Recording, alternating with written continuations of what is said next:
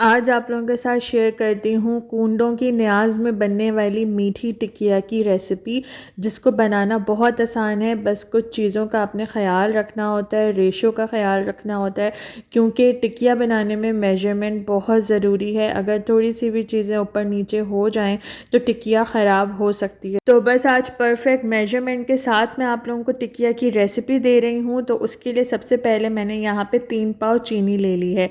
मैं 1.25 किलो मैदे की टिकिया बता रही हूँ आप लोगों को, क्योंकि ज़्यादातर कुंडों में 1.25 किलो मैदे की ही टिकिया बनाई जाती है।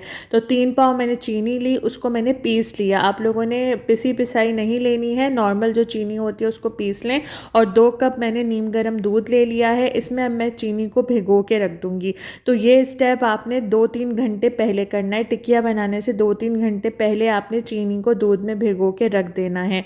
तो ये फर्स्ट स्टेप है इसका। और अच्छे से मिक्स करके अब मैं इसको एक साइड पे रख दूंगी। तो यहाँ पे जी अब 2-3 घंटे हो चुके हैं। तो अब मैं यहाँ पे ये मैदा ले लूँगी। तो ये मैंने 1.25 किलो मैदा लिया है। मैंने नाप के ही मंगवाया था, क्योंकि मैंने आप लोगों को बताया शुरू में कि रेशो बहुत मेन है टिकिया बनाने में। तो मैं इसको छान लूँगी मैदे को। और सबसे पहले ना अब मैं इसमें ड्राई इंग्रेडिएंट्स मिक्स कर लूँगी। तो ये मैंने इलायची के दाने निकाल के उसको पीस लिया। और साथ ही यहाँ पे मैंने ले लिया है डेसिकेटेड कोकोनट। तो 2 to 3 table spoon desiccated coconut आप इसमें डाल दें, खोपरे का बुरादा जो होता है। और 1.5 टीस्पून मैंने इसमें भर के इलायची पाउडर शामिल कर दिया है। अच्छे से पहले मैं ड्राई इंग्रेडिएंट्स मिक्स कर लूँगी। और अब बारी आ जाती है घी शामिल करने की। तो घी का हिसाब आप लोगों ने कुछ इस तरह से रखना है कि ये मैंने मेजरिंग कप ले लिया है। 250 ml का जो कप होता है उससे मेजर करके अभी मैंने 1 कप घी इसमें डाल दिया है। अच्छा, एक बात का आप ख्याल रखिएगा कि जब आप इसमें घी ऐड करें मैदे में, तो वो मेल्टेड होना चाहिए, क्योंकि एक जमा हुआ जो घी होता है और जो मेल्टेड घी होता है उसके रेशो में फ़र्क होता है। तो अभी मैंने इसमें 1 कप भर के घी शामिल किया। और इस तरह से ना आपने इसको मसलना है दोनों हाथों से, ताकि इसमें रोगन पैदा हो और टिकिया खस्ता बन के तैयार हो। तो मैंने 1 कप घी डाल दिया था इसमें, अच्छे से उसको मैंने मिक्स कर लिया। और फिर मुझे थोड़ा सा कम लग रहा था तो 2 टेबल स्पून घी मैंने इसमें और शामिल कर दिया है। तो ये रेशो बिल्कुल सही है घी का, 1 cup and 2 table spoon 1.25 kilo मैदे के लिए। तो मैं घी अच्छे से मैंने मिक्स कर लिया। उसको बांध के देखा तो वो बंध रहा था, मतलब इसका ये होता है कि आपका रोगन बिल्कुल सही है और अब आप इसको गूंथ सकते हैं। तो यहाँ पे ना मैंने जो दूध में चीनी भिगो के रखी हुई थी उसी से अब मैं इसकी डो लगाऊंगी। तो आपने पानी बिल्कुल भी ऐड नहीं करना है, इस दूध से ही आपने इसको गूंथना है। और थोड़ा थोड़ा करके डालें, एक साथ नहीं डालिएगा वरना ये बहुत पतला हो जाएगा। तो हमने इसकी मीडियम हार्ड डो बना के रेडी करनी है। तो ये वाला जो स्टेप है ना, ये मुश्किल होता है, आपको बहुत जान लगानी पड़ेगी।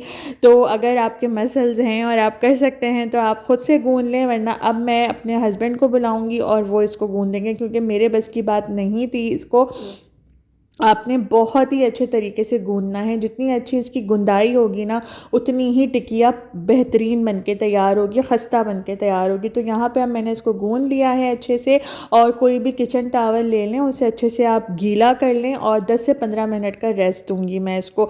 और देख लें, अब 10 मिनट बाद मैं इसको चेक कर रही थी तो थोड़ा थोड़ा घी इसने छोड़ना शुरू किया है। तो ये अच्छे मैदे की पहचान होती है कि जब आप उसको टच करें 10 मिनट बाद तो घी आपको फील हो हाथों पे। तो यहाँ पे अब ये डो हमारी बिल्कुल सेट हो गई है। तो अब मैं टिकिया बनानी शुरू करती हूँ। यहाँ पे मैंने एक बड़ा सा पेड़ा ले लिया और अब मैं इसको बेल लूँगी, ताकि 3 से 4 टिकिया मैं एक साथ ही कट कर लूँ। अच्छा, आपने बहुत ज़्यादा पतला नहीं बेलना है इसको, नॉर्मल थिकनेस होनी चाहिए इसकी। अगर बहुत ज़्यादा पतला बेल लेंगे ना तो वो पापड़ जैसी हो जाएगी, और बहुत ज़्यादा मोटी होगी तो वो अंदर से कच्ची रह जाएगी।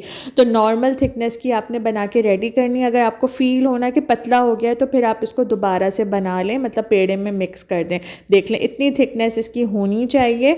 और अब हम चलते हैं एक और जो इसका मेन स्टेप है उसकी तरफ, इसको फ्राई करने का। तो फ्राई करने के लिए आपने 2-3 चीज़ों का ख्याल रखना है, वो मैं आप लोगों को बता देती हूँ। तो सबसे पहली बात तो ये कि आपने इसको घी में फ्राई करना है। और दूसरी बात कि आपने इसको बिल्कुल लो फ्लेम पे फ्राई करना है, तेज़ आंच पे नहीं कीजिएगा, वरना ये एकदम से डार्क हो जाएगी और अंदर से कच्ची रह जाएगी। अगर आप चाहते हैं ना कि आपकी टिकिया खस्ता बने, तो आपने लो फ्लेम पे इसको फ्राई करना है थ्रू आउट।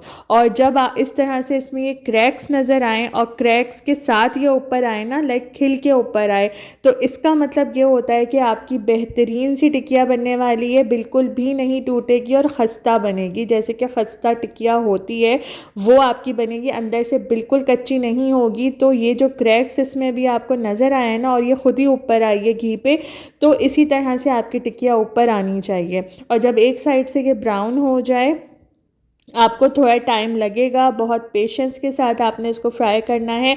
अगर आप तेज़ आंच पे करेंगे तो फिर अंदर से कच्ची कच्ची खाने को मिलेगी, कच्चा कच्चा मैदा मुंह में आएगा, तो वो मज़े की नहीं लगती हैं। ये मेरी मम्मा का तरीका है, वो इसी तरह से टिकिया फ्राई करती थी और वो ये बोलती भी थी कि खिल के ऊपर आती है तो ही टिकिया खस्ता बनती है। देख लें इस तरह से ना। अब आप इसको निकाल लें, हल्का सा मैं इसको प्रेस कर रही हूँ ताकि एक्सेस घी निकल जाए, क्योंकि इस टाइम अगर आप इसे प्रेशर दे के प्रेस करेंगे ना तो ये टूट जाएगी, क्योंकि ये सॉफ्ट होती है। और जब ये थोड़ी देर इस तरह से रूम टेम्परेचर पे रहती है ना, तो फिर ये खस्ता हो जाती है। मैं भी आपको तोड़ के भी दिखाती हूँ। तो ये फ्राई करने वाला काम आपने बहुत पेशेंस के साथ करना है। देख लें कितनी खस्ता टिकिया बन के तैयार हुई है, बहुत बहुत परफेक्ट बनती है। आप ज़रूर इस रेशो को फॉलो करके बना के देखें, क्योंकि अब रजब का महीना चल रहा है और रजब के महीने में ही कूंडों की न्याज होती है, अलग अलग तारीख़ पे होती है सबके घरों में। तो आप लोग ज़रूर बनाएं इस तरीके से, आपको बिल्कुल भी कोई प्रॉब्लम नहीं आएगी और आपकी भी बेहतरीन सी खस्ता टिकिया बन के तैयार होगी। अच्छा, कुछ लोगों को अंदर से जो सॉफ्ट होती है ना वो पसंद होती है, तो आप लोग बना सकते हैं, तेज़ आंच पे फ्राई करके ज़्यादा सारी भी डाल सकते हैं। लेकिन अगर आपको खस्ता टिकिया खानी है, मज़े की टिकिया खानी है ना, तो फिर आपने बहुत पेशेंस के साथ फ्राई करना है। देख लें इतनी सारी ये 1.25 किलो मैदे की टिकिया बन के तैयार हो गई हैं। तो अब मैं इनको एयर टाइट कंटेनर में रखूँगी, और एयर टाइट कंटेनर में आप रखेंगे बिल्कुल फ्रेश की फ्रेश रहती हैं और खाने में भी बहुत ही मज़े की लगती हैं। और देख लें अंदर से भी ये बिल्कुल अच्छे से पकी हुई है और कितनी ज़बरदस्त लग रही है। और अगर इस खीर की रेसिपी चाहिए तो मुझे कमेंट्स करें। नेक्स्ट वीडियो में मिलूँगी। अल्लाह हाफ़िज़।